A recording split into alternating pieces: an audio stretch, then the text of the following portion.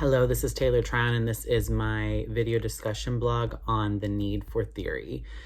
So, counselors' need for theory can be likened to having something you're trying to build and not having all the building blocks that you need for the model that you're trying to make from the blueprint you have.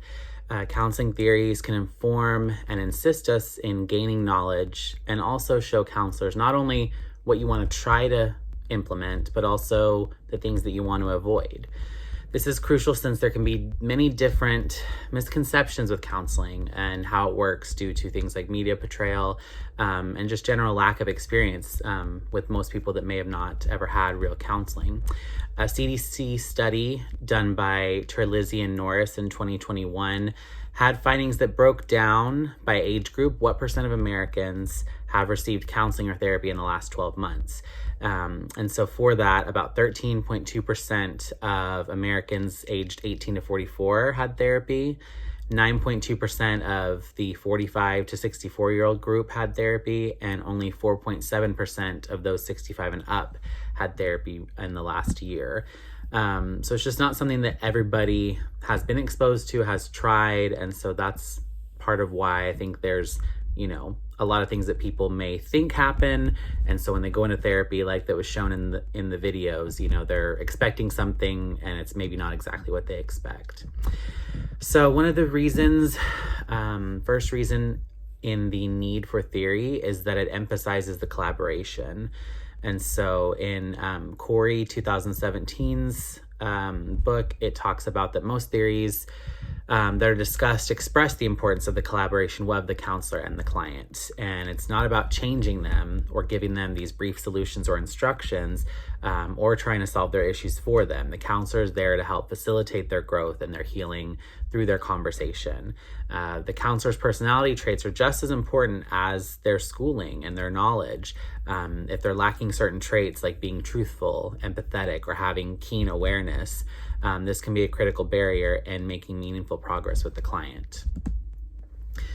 Reason number 2 would be that theory, understanding and applying it can help to limit burnout and promote self-care for the counselor. So in TAN 2022, they discussed this. Skovholt talks about how counselors should take care of themselves in the same way that an opera singer takes care of their voice, or a baseball player takes care of their body, or carpenters, have their tools that they maintain. And so before looking into the detail of any specific self-care strategies to help counselors be resilient, it's helpful to consider the forms of bad self-care as well. And so they kind of get into the different things that people do and kind of get caught up in when they're in that thing, maybe when they're also new into the field. And so it talks about some things to avoid related to trying to avoid burnout.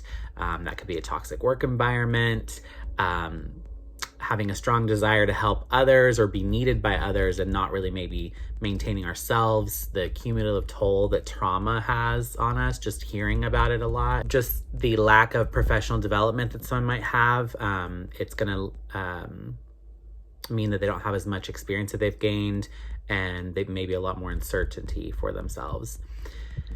And then for reason 3, Rubin and Schweitzer in 2015 talk about how it helps to formulate case conceptualization. So that involves 3 steps. The counselor is going to assess the client, their concerns. They're going to observe, evaluate, and measure their behavior.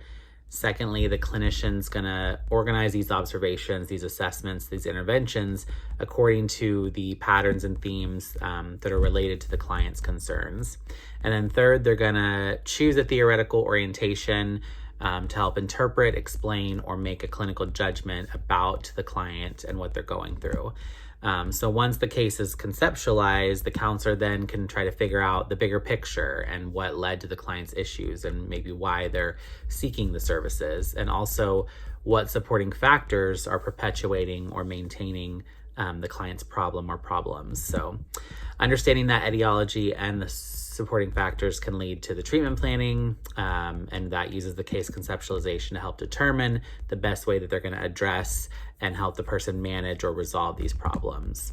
And so for me, those are the three reasons I picked on why there's a strong need for theory, and why kind of everyone needs to really delve in and find what works for them, because theory is just of vital importance to the counseling field. Thank you.